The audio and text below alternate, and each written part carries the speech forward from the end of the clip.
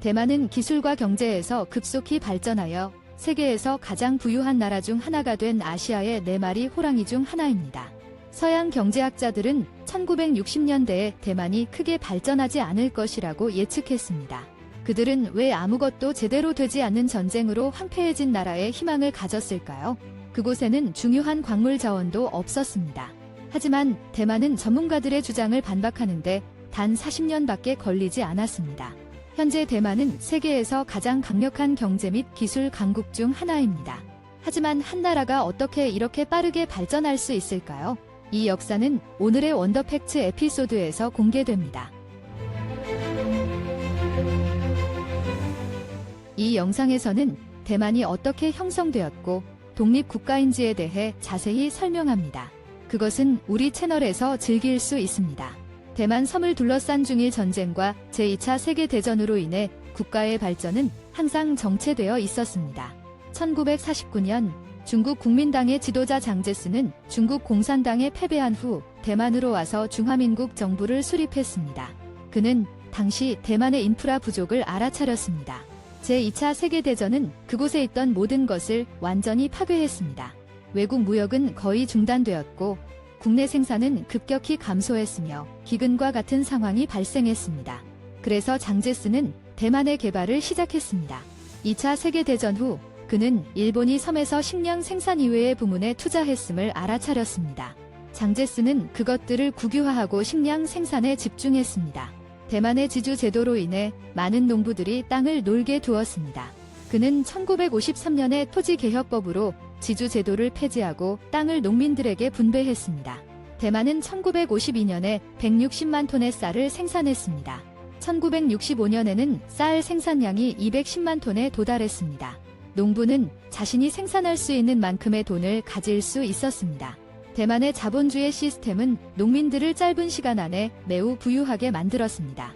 그 결과 그들은 산업 부문에 투자하기 시작했습니다. 농업혁명의 성공이 산업 부문의 성공으로 이어질 것으로 예상되었습니다. 대만도 같은 길을 걸었습니다. 하지만 장제스가 지적했듯이 대만 시장은 거의 전적으로 외국 제품에 의존하고 있었습니다. 그래서 그는 국내 생산을 늘리기 위해 다양한 정책을 시행했습니다. 그는 이것이 국내 산업을 성장시키고 일자리를 창출하며 이익을 국내에 유지하고 정부에 막대한 수익을 창출할 것이라고 믿었습니다.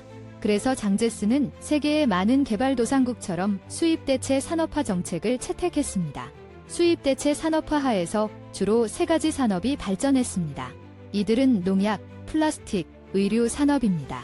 대만 정부는 농약 산업의 통제권을 유지하고 플라스틱 및 의류 산업은 민간 투자자에게 넘겼습니다. 한편 남중국해와 아시아에서의 패권 유지를 위한 대만의 역할은 매우 중요합니다. 따라서 미국은 이 기회를 이용해 대만에 대한 통제를 유지했습니다. 한편 대만은 중국 공산주의 세력으로부터 자신을 보호하기 위해 미국의 보호를 받았습니다. 또한 미국은 대만에 많은 지원과 원조를 제공했습니다. 재정적 지원의 일환으로 그들은 미국으로부터 의류 산업을 위한 실을 공급받았습니다. 한편 어떤 산업에도 부패가 스며들지 않도록 특별한 주의가 기울여졌습니다. 이러한 이유로 1962년에 대만의 산업 부문은 농업 부문을 능가했습니다. 수입대체 산업화 정책을 채택한 후 대만의 국내 시장은 더 자급자족하게 되었습니다. 국산 제품이 외국산 제품 대신 시장을 장악하기 시작했고 산업공장은 더 강한 위치를 차지하게 되었습니다. 이로 인해 수입대체 산업화 정책은 불필요해졌습니다.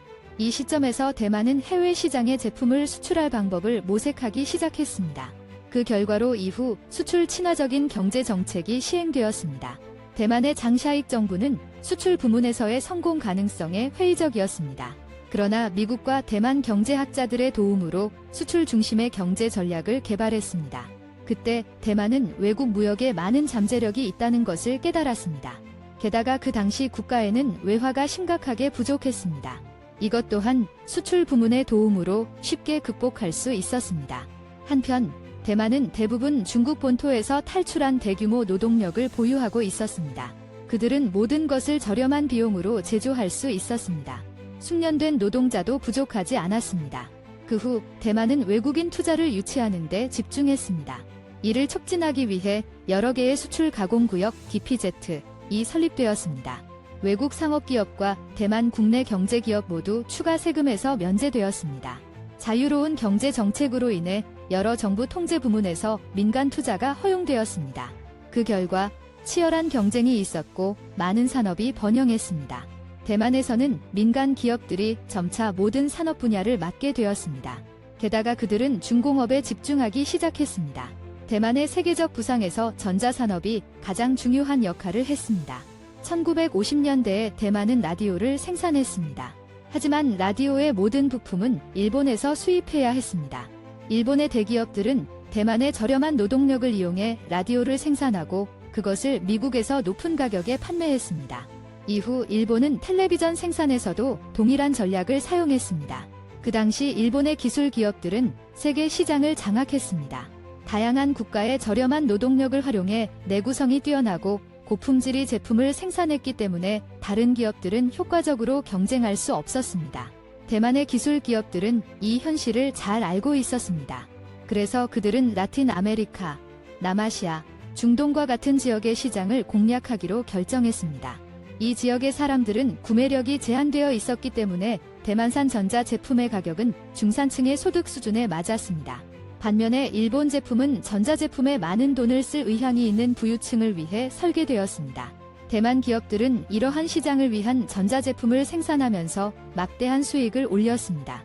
그들은 일본 기업들과 경쟁하기 위해 이익의 일부를 연구 및 개발에 사용했습니다. 대만 반도체 산업의 부상은 국가 역사상 가장 중요한 사건 중 하나입니다. 대만은 이제 반도체 산업 덕분에 세계에서 가장 중요한 국가 중 하나입니다. 대만에서 생산된 반도체는 전 세계 거의 모든 기술 회사에서 사용됩니다. 하지만 대만 역사상 첫 번째 반도체 실험실은 1964년 북부 타이완의 국립 타이오충 대학교에 설립되었습니다. 그 후 필코 기업이 이 산업에 투자하는 데 관심을 보였습니다. 이렇게 해서 대만의 반도체 제조 산업이 발전하기 시작했습니다. 그 이후로 그들은 뒤돌아볼 필요가 없었습니다. 대만은 다른 나라에서 전자 부품을 수입하고 저렴한 인건비로 제조한 후 다시 다른 나라로 수출했습니다. 하지만 그것으로는 많은 수익을 올릴 수 없었습니다. 그래서 1970년대에 대만 정부는 두 가지 획기적인 조치를 취했습니다. 그들은 미래에는 기술과 혁신이 경제의 주요 동력이 될 것임을 깨달았습니다. 이러한 이유로 1980년에 산업기술연구원과 신주과학공원을 설립했습니다. 대만은 내부 혁신 부족으로 인해 큰 이익을 얻지 못했습니다. 이 두 조직의 업무는 수출 중심 무역을 혁신할 수 있는 혁신에 집중하는 것이었습니다. 1980년대에 대만의 경제는 더욱 산업화되었습니다. 그 결과 전자제품 및 기타 산업제품의 가격과 생산 비용이 증가했습니다. 이 문제를 해결하기 위해 대만의 대기업들은 중국의 저렴한 노동력과 인프라를 최대한 활용하기 위해 중국에 투자하기 시작했습니다. 오늘날 세계의 많은 유명 기업들은 대만에서 시작되었으며 특히 마이크로칩 제조업체 TSMC가 그 예입니다. 애플, 구글, 인텔, 엔비디아는 여기서 자체 칩을 생산합니다. 그 외에도 에이소스, 에처, 지거바이드와 같은 컴퓨터 하드웨어 회사들이 전 세계 시장을 지배하고 있습니다. 현대교육과 연구는 대만의 발전에서 더 큰 역할을 하고 있습니다. 대학에서 기술교육에 이르기까지 모든 것이 그들에게 큰 도움이 되었습니다. 연구와 혁신의 발전 덕분에 그들은 오늘날 세계에서 가장 부유하고 영향력 있는 국가 중 하나가 되었습니다. 게다가 1970년에 시작된 10개의 인프라 프로젝트는 국가 발전에 중요한 역할을 했습니다. 이 10개 프로젝트 중에서 대만의 항구가 가장 먼저 현대화되었습니다. 그 후 나라의 북부와 남부 지역을 연결하기 위해 고속도로가 건설되었습니다. 또한 수도 타이페이 서쪽에 있는 타오이안에 현대적인 공항이 건설되었습니다. 대만에서는 국내외 투자가 증가함에 따라 공장 수가 해마다 증가했습니다. 결과적으로 전기 수요가 증가했습니다. 이 수요를 충족시키기 위해 해당 프로젝트의 일환으로 현대 원자력 발전기가 개발되었습니다. 결과적으로 외국인 투자가 빠르게 증가했고 나라의 번영도 빠르게 찾아왔습니다. 대만은 현재 세계에서 21번째로 큰 경제이며 1인당 소득은 36,000달러 이상입니다. 하지만 1962년 타이완의 1인당 소득은 단지 170달러에 불과했습니다. 어떤 나라가 발전하려면 많은 단계를 밟아야 합니다. 대만은 거의 모든 단계를 밟아야 했습니다. 마지막으로 올바른 전략 덕분에 대만이 오늘날 세계에서 가장 부유한 나라 중 하나가 되었다고 말할 수 있습니다. 비디오가 마음에 들면 댓글을 남겨주세요. 마음에 들면 좋아요 버튼을 클릭해주세요. 채널을 구독하고 오른쪽에 있는 벨 아이콘을 클릭하여 정기적으로 이러한 동영상을 받을 수 있습니다.